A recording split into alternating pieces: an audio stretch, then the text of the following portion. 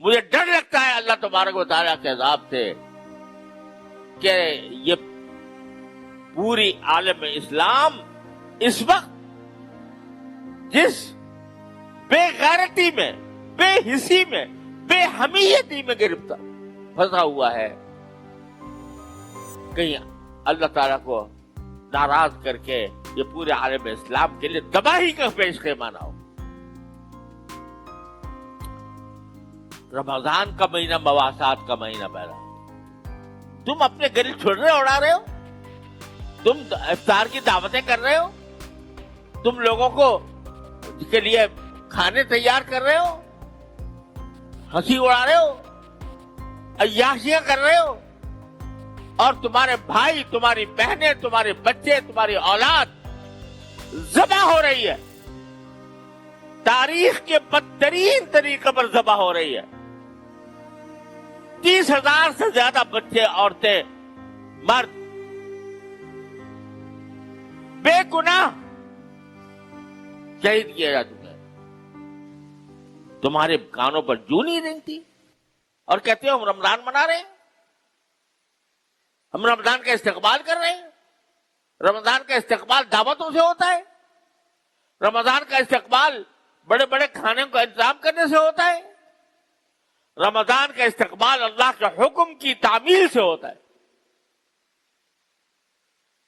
کیا کیا تم نے اس رمضان کے اندر اپنے فلسطینی بھائیوں بہنوں کے لیے؟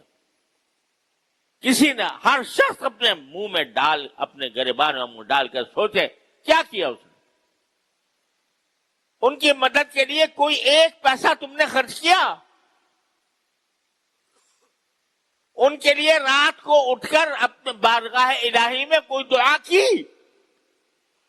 یہ تو کم از کم تمہارے اختیار میں تھا۔ اے عام مسلمان، تیرے ہاتھ میں حکومت نہیں تھی، تیرے ہاتھ میں فوج نہیں تھی، تیرے ہاتھ میں طاقت نہیں تھی، لیکن تو اللہ سے تو مانگ سکتا تھا۔ تو اپنے جتنے کے تیری جیب میں پیسے تھے وہ کم از کم لا کر وہ کسی طرح بھجوانے کی کوشش کر سکتا تھا، جبکہ راستے کھلے ہوئے ہیں۔ تو نے تو یہ نہیں کیا۔ اور تیرے حکمران، انہوں نے تو اپنے گلے میں پہلے ہی غلامی کا پٹا ڈالا ہوا ہے۔ تو نے کبھی ان سے بھی یہ کہنے کی جرات نہ کی کہ ہم غلام رہنا نہیں چاہتے، اور ان کو متوجہ کرتے کہ تم یہ فلسطین کے بارے میں کیا کر رہے ہو۔ تو یہ بس یہ مزے اڑا لینا کہ بھئی رمضان کا مہینہ ہے، اس میں رحمتیں آ رہی ہیں، اس میں مغفرتیں آ رہی ہیں، اس میں افطار کرانے کا ثواب مل رہا ہے، اس میں فلاں فلاں کاموں کا ثواب مل رہا ہے۔ ارے ڈرو اس بات سے کہ کہیں اللہ تعالیٰ کا عذاب نہ آ جائے ہمارے اوپر، جس بے حسی اور بے غیرتی کا ہم اس رمضان کے اندر مظاہرہ کر رہے ہیں اپنے فلسطینی بھائیوں کے خلاف۔ تو میرے بھائیوں، حکمرانوں کا جو کام تھا وہ اپنی سیاستوں میں، اپنی کرسیوں میں، اپنے مسائل میں، وہ ان کا سارا سوچ فکر کا محور وہ اپنی سیاست ہے۔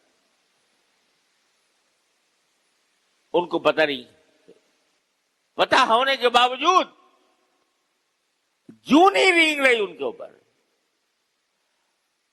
تو آخر عوام ہی ہوتے تھے جو اپنی حکومتوں کو آمادہ کرتے ہیں، عوام ہی کھڑے ہوتے ہیں، اپنی حکومتوں سے مطالبہ کرتے ہیں کہ بھئی تم یہ کام کیوں نہیں کرتے؟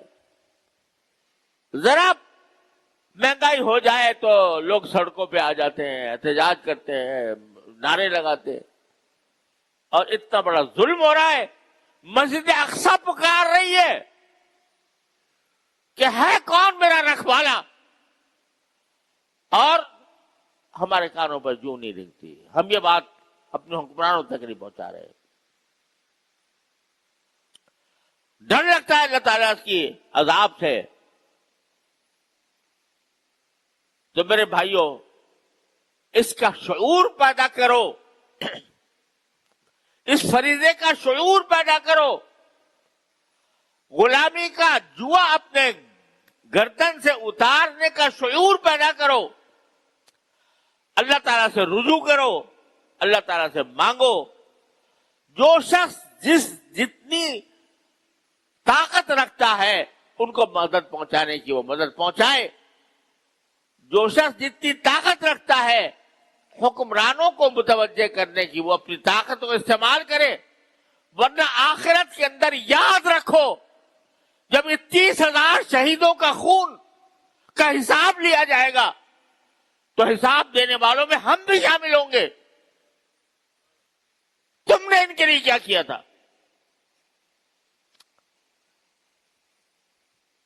اتنا نہیں ہو سکتا تم سے کہ تم ایک دن کی آمدنی کا 1 روپیہ تم ان کے واسطے مخصوص کر دو اور اپنی آمدنی میں سے کچھ حصہ اپنے مظلوم بہن بھائیوں کے لیے پہنچانے کا انتظام کرو.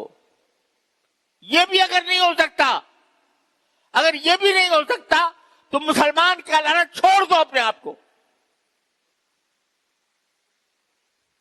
اگر اتنی غیرت تمہارے اندر موجود نہیں ہے تو یہ اللہ تبارک و تعالیٰ کے کرم کا مہینہ ہے. اگر اب تک غلطی کوتاہی ہوئی ہے معافی مانگے، توبہ کرے اللہ تبارک و تعالیٰ کی بارگاہ میں اور آئندہ کے لیے عزم کرے ان باتوں کا جو میں کہہ رہا ہوں. اللہ تعالیٰ اپنے فضل و کرم سے رحمت سے ہم سب کو صحیح فہم عطا فرمائے اور اس کے مطابق صحیح طریقے کے مطابق عمل کی توفیق عطا فرمائے. وآخر دعوانا الحمد